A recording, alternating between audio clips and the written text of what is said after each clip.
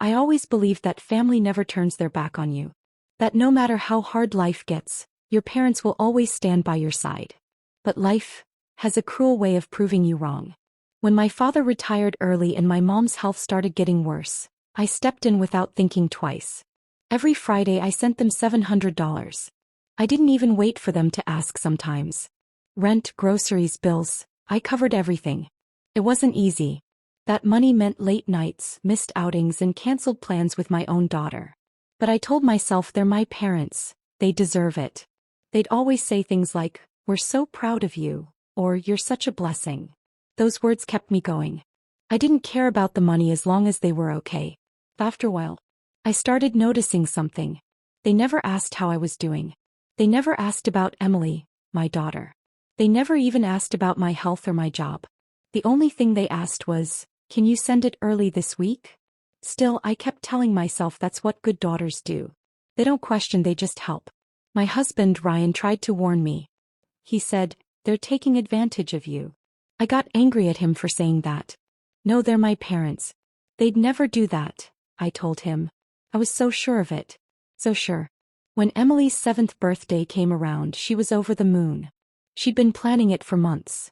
Balloons, her favorite cake, and of course her grandparents. "Mom," she said, her little eyes shining, "Grandma promised she'll come this time. She said she's bringing me a big surprise." I smiled and nodded. "Of course, sweetheart. They'll be here." A week before the party, I called my mom to remind her. He sounded cheerful, almost too cheerful. "Of course, sweetheart. We wouldn't miss it for the world." I even sent them an extra $200 that week, for gas and gifts. I told myself it was worth it. The day of the party arrived. The backyard looked magical, fairy lights, cupcakes, laughter in the air. Emily was dressed in pink and white, her hair tied in ribbons. She kept glancing at the gate every few minutes, holding 2 slices of cake. One for Grandma, one for Grandpa. Every time the doorbell rang, she ran yelling, "They're here." But it was never them. As the sun began to set, my heart started to ache. I kept checking my phone. No calls, no messages. Guests began to leave. Emily sat quietly, still waiting. Her smile was gone. She finally whispered, "Maybe they forgot, Mom." That broke me. After everyone left, I tucked her into bed and sat alone in the living room, staring at my phone. I wanted to call them to demand an explanation. But I waited till morning. Maybe something happened. Maybe they'd call. They didn't. So the next morning I called. My mom answered on the 3rd ring, sounding perfectly normal. "Oh, hi, sweetie. How was the party?" Her voice hit me like a slap. "How was the party?" I repeated, my throat tightening. "Mom, why didn't you come?" "Emily waited all day." She sighed, sounding more annoyed than sorry. "We were tired and your brother needed help moving. You know how it is." That's all she said. No apology. No regret. Just an excuse. I stayed silent. I didn't argue. I didn't cry. I just hung up. $700 a week. Extra for gas. And she chose him over us. That morning I realized something I never wanted to believe. Money can't buy love, and blood doesn't always mean family. But that was just the beginning. After that call, something inside me went quiet. Not angry. Not sad. Just empty. I kept replaying her words in my head. "We were tired. Your brother needed help." I couldn't understand how anyone could say that so casually, as if skipping their granddaughter's birthday was nothing. For a few days I tried to move on. I told myself to forget it. But Emily wouldn't stop asking questions. "Mom, did Grandma like the pictures I made? Did Grandpa like the cake?" I didn't have the heart to tell her the truth. So I lied. I said, "They loved it, baby. They were just busy." But even as I said the words, I felt sick. Because I knew it wasn't true. That night, Ryan looked at me across the table. He didn't say anything for a while. Then he spoke softly. "You're still sending them money, aren't you?" I nodded. He shook his head, almost in disbelief. "They hurt Emily and you're still paying them?" I wanted to defend them like always.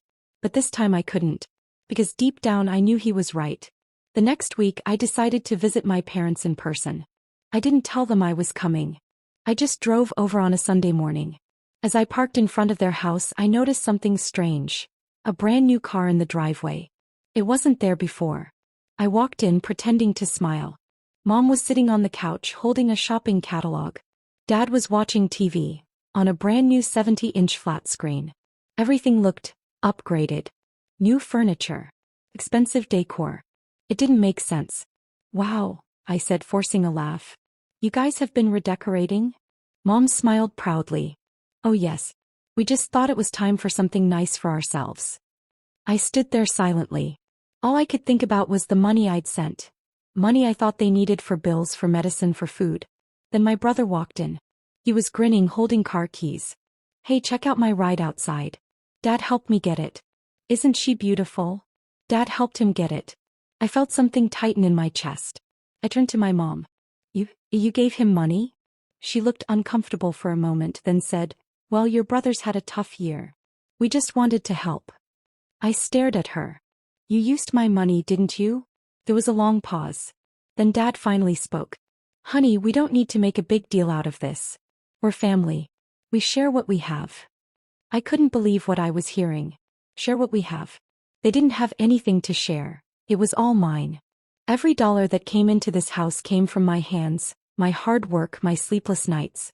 I stood there in silence, my heart pounding so loud I could barely think. They had betrayed me, not with words but with comfort. With luxury. With lies. On the way home my mind wouldn't stop racing. Every kind gesture I'd made, every payment I'd sent. It all felt like a joke now. They had taken my kindness and turned it into their convenience. That night I sat on the edge of my bed and made a decision. I wasn't going to confront them again.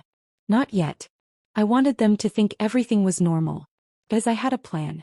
If money was what they valued most, then money was exactly how I'd show them what they'd lost. Not through shouting. Not through tears. But through silence. The kind that hits harder than any words ever could. I picked up my phone, opened my banking app, and stared at the recurring payment I'd set up months ago. $700 every Friday.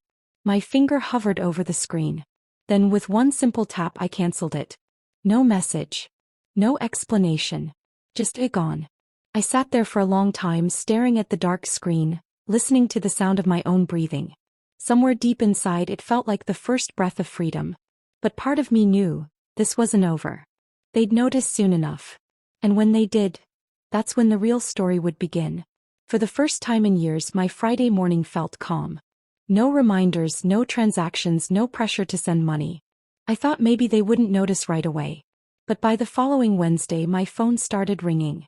First it was a missed call. Then another. Then a text from Mom. Sweetie, did something happen? We didn't get the payment this week. I ignored it. I wanted to see how long it would take before the concern turned into panic. 2 days later she called again. This time her tone wasn't sweet. We've got bills to pay. You can't just stop like that without warning. I almost laughed. For months I'd sent money without warning. Without asking for anything. And now that I stopped it was suddenly an emergency. I replied with one message. I thought you didn't need my help anymore. You seem to be doing fine. No answer. That weekend they showed up at my house. My mom was red-faced, my dad quiet but angry. Emily was inside playing, unaware of the storm brewing at the door. Mom started first. What's wrong with you? We're your parents. After everything we did for you. I cut her off. Everything you did for me? Or everything I've paid for since I was 20? She froze. Dad tried to interrupt but I didn't stop. You skipped your granddaughter's birthday. You lied about needing help. You used my money to buy furniture, cars, vacations. And you still have the nerve to ask for more. My voice shook but not from fear. From years of exhaustion. Mom crossed her arms. We deserve nice things too. I nodded slowly. You do. But you don't deserve them from me. There was silence. For the first time they had nothing to say. They just turned and walked away. As the door closed I felt a strange mix of sadness and relief. I knew I'd hurt them, but they had already hurt me far worse. That night Emily climbed onto my lap and said, Mom, Grandma's mad? I smiled softly. Maybe. But sometimes people get mad when you stop letting them use you. She looked confused but I kissed her forehead and whispered, one day you'll understand. When I went to bed I checked my phone again. No more calls, no more texts. Just silence. And for the first time in years, that silence felt peaceful. Weeks passed after that day and I didn't hear from my parents again. No calls, no texts, nothing. I thought maybe it was over. Maybe they'd finally understood what they'd done. I was wrong. One morning I got a call from my brother. His voice was sharp, almost accusing. What did you do?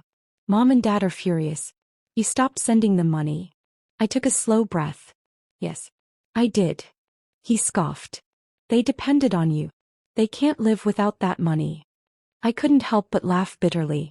Then maybe they should have thought about that before using me like an ATM. He hung up after calling me ungrateful. The same word my parents had used so many times before whenever I said no. But this time it didn't hurt. It almost sounded freeing. A few days later my mom finally texted.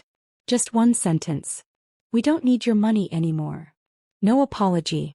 No explanation. Just pride. I didn't reply. I didn't need to. Because deep down I already knew the truth. They would never admit what they'd done wrong. And I was done begging for their love. A month later, Emily's school had a family event.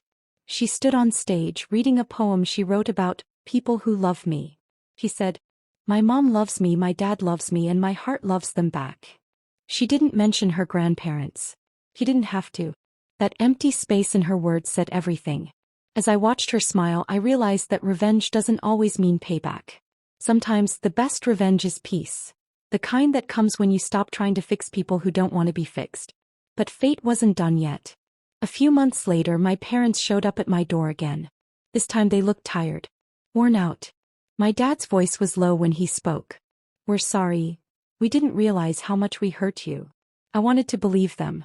But I didn't answer right away. I just stared for a moment, then said, "I don't want your apology. I just wanted your honesty, and you couldn't even give me that." My mom's eyes filled with tears. "We thought you'd always be there," she whispered. I nodded slowly. I was. Until you taught me not to be. They left quietly after that and I watched their car disappear down the street. I didn't feel angry anymore. Just done. That night when I tucked Emily into bed, she looked up at me and said, "Mom, are Grandma and Grandpa coming for my next birthday?" I smiled softly. "Maybe, sweetheart. But if they don't, that's okay. Because you already have everyone who truly loves you." She smiled, hugged me tight, and fell asleep in my arms. As I sat there in the dark, I realized the truth. I hadn't lost my parents. They had lost me. And maybe that was the price of taking love for granted.